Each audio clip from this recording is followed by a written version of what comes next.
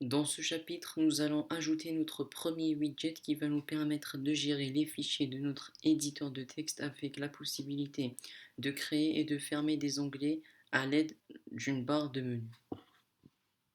Alors là, avant de commencer, on peut très bien ajouter l'élément tab widget en utilisant Qt Designer à travers le fichier mainwindow.ui. Donc si je cherche ce widget, il s'appelle qtab widget. Il est juste ici. Je vais le glisser dans l'interface. Et là, pour le mettre en plein écran, pour qu'il ne soit pas à une position absolue, je vais faire un clic droit sur la fenêtre par derrière. Et je vais aller dans Layout, Layout in a Grid. Et voilà. Si j'enregistre et je compile, on a bien notre widget qui est en plein écran quand je redimensionne la fenêtre. Maintenant, pour l'affichage du widget, ça dépend de votre système d'exploitation. Par défaut, les éléments s'affichent selon la stylisation de votre système d'exploitation. Par exemple, quand vous êtes sur macOS, les onglets vont être affichés au centre. Si vous êtes sur Windows, ça sera à gauche. Et si vous êtes sur Linux, ça dépend de votre environnement de bureau et de votre configuration. Mais il y a des moyens d'unifier ça dans une application Qt en utilisant la stylisation. Nous allons voir ça dans un prochain chapitre. Maintenant, je vous ai dit qu'on n'allait pas utiliser Qt Designer, donc on va voir comment faire ça avec du code. Je vous ai montré dans la vidéo précédente comment ajouter un élément avec du code C++. Pour cela, c'est simple, il suffit de l'importer d'abord. Donc include, il s'appelle qtabWidget. Comme ça. Maintenant, je vais dans le constructeur et je vais créer une instance de cette classe-là, qtabWidget.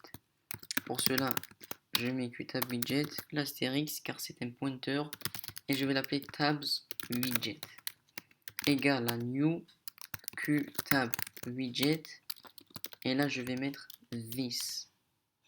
Maintenant, je vais mettre tabsWidget show. Comme ça, il va être affiché dans la fenêtre. Si je compile, l'élément est visible ici, mais on n'a aucun onglet, c'est pour ça que ce n'est pas très clair. Alors, pour ajouter un onglet, on a une méthode qui s'appelle addTab. Elle prend en premier paramètre un élément de type QWidget. Donc cette classe-là QWidget, tous les widgets que vous voyez, que ce soit les boutons, les onglets, les labels, ils héritent tous de QWidget. Donc là, ça sera le contenu de cet onglet. Ce premier paramètre représente le contenu de cet onglet.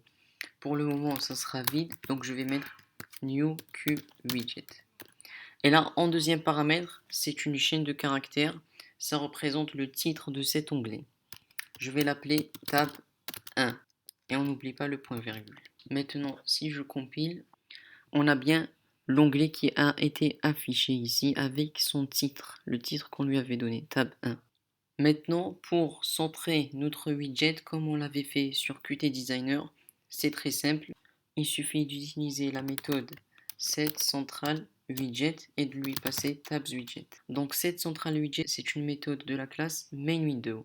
On aurait pu mettre ici this.setCentralWidget, mais là c'est plus court. Maintenant, on peut enlever la ligne tabsWidget show car setCentralWidget la remplace. Là, si je compile encore une fois, on aura notre élément qui sera centré, comme vous le voyez dans l'écran. Maintenant, je vais ajouter deux autres onglets pour vous montrer quelques concepts. Donc, je vais copier cette ligne-là et je vais mettre tab 2, tab 3. Donc là, maintenant, si je compile, on a normalement trois onglets avec leur titre. Comme vous le voyez ici, tab 1, tab 2, tab 3. Et on peut sélectionner l'onglet qu'on veut.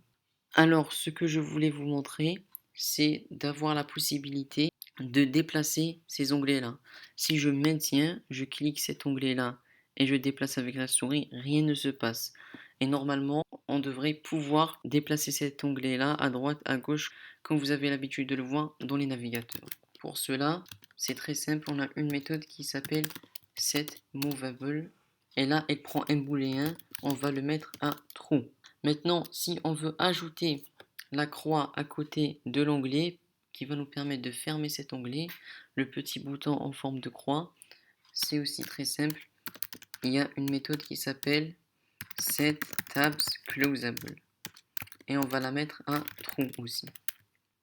Maintenant, si je compile, on a le bouton en forme de croix et on a la possibilité de déplacer nos onglets. Ça marche sur tous les systèmes d'exploitation. Maintenant, si je clique sur cette croix, rien ne va se passer, bien sûr, car on n'a pas ajouté une méthode qui va être déclenchée quand on clique sur ce bouton-là. Là maintenant, on aimerait bien ajouter des onglets dynamiquement quand on clique sur le bouton New File dans un menu déroulant en haut de la fenêtre. Pour ajouter un menu, il suffit d'aller dans mainwindow.ui et on a ici tout en haut la possibilité d'ajouter notre menu.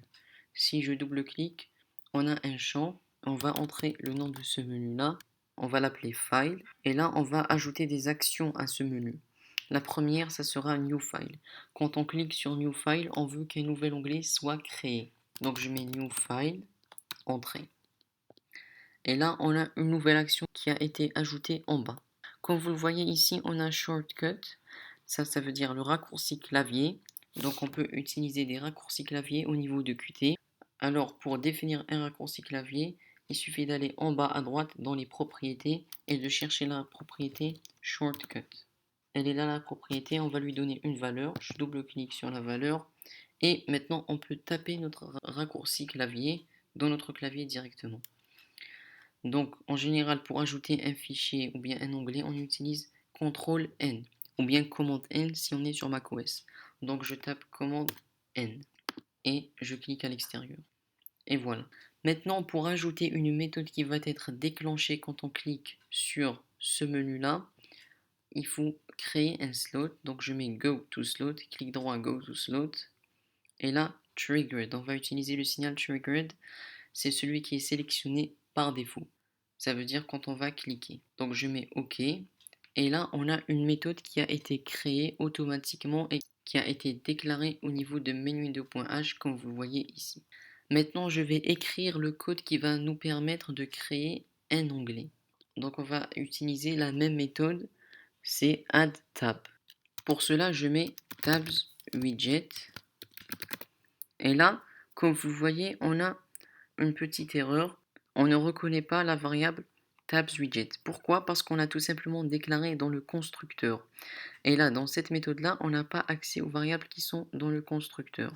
Donc, une des solutions, ça sera de déclarer cette variable-là dans le fichier mainwindow.h. Et c'est ce que j'ai l'habitude de faire. Donc, je vais au niveau de mainwindow.h, je vais faire la même chose. Je vais importer qtabwidget.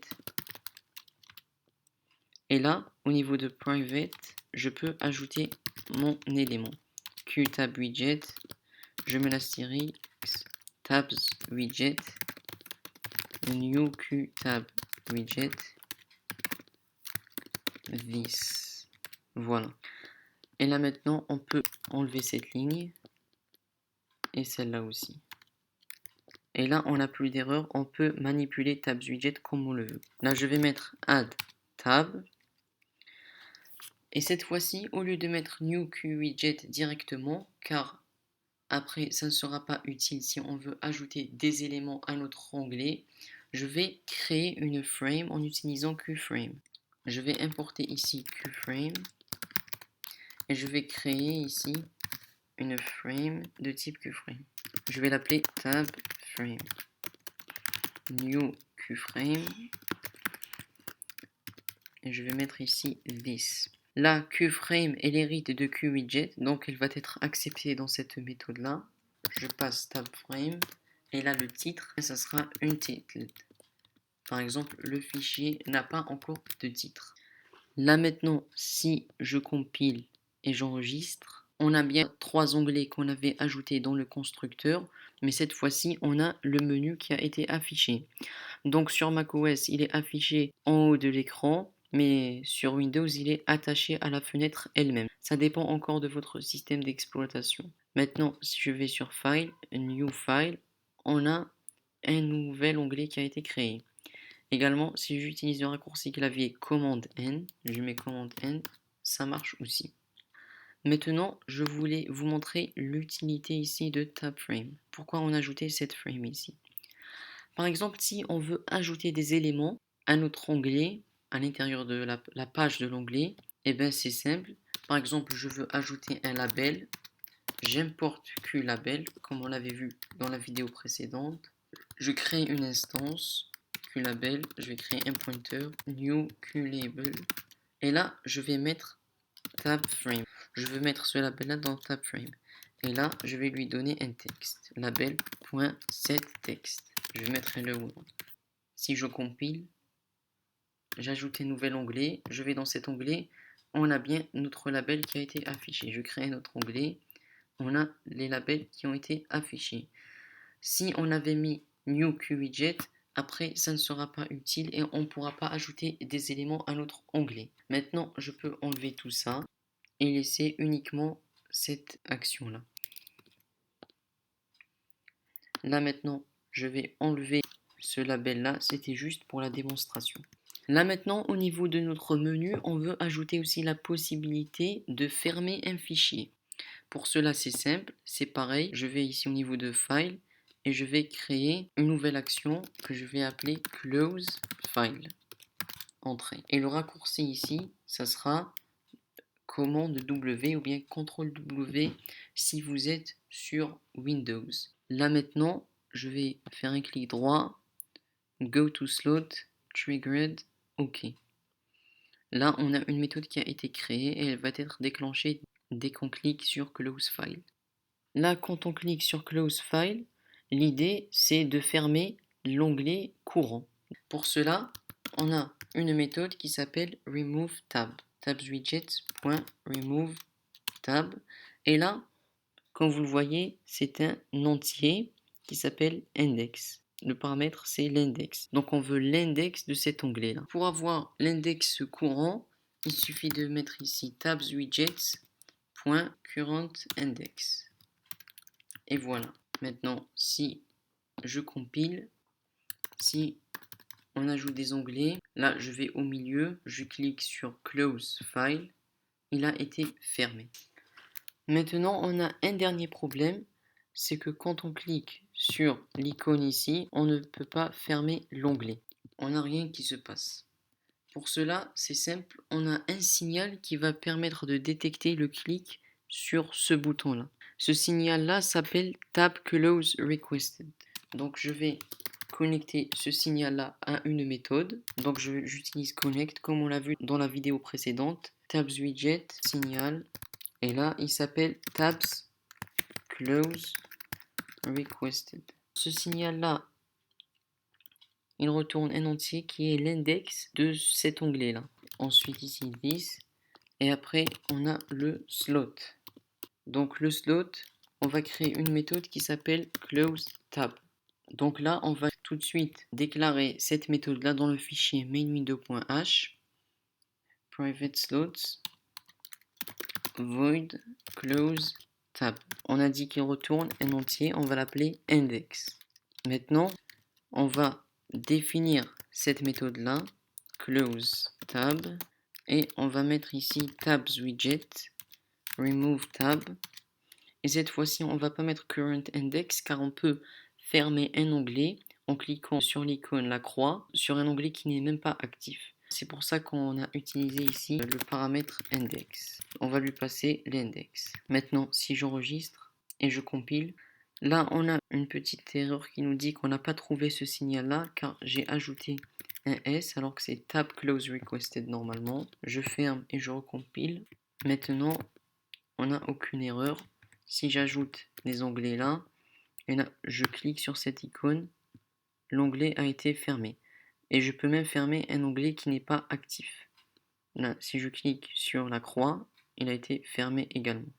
Donc voilà, c'est tout pour ce chapitre. Nous avons vu comment utiliser le widget QTabWidget, comment fermer des onglets, ajouter des onglets. Nous avons vu aussi les menus.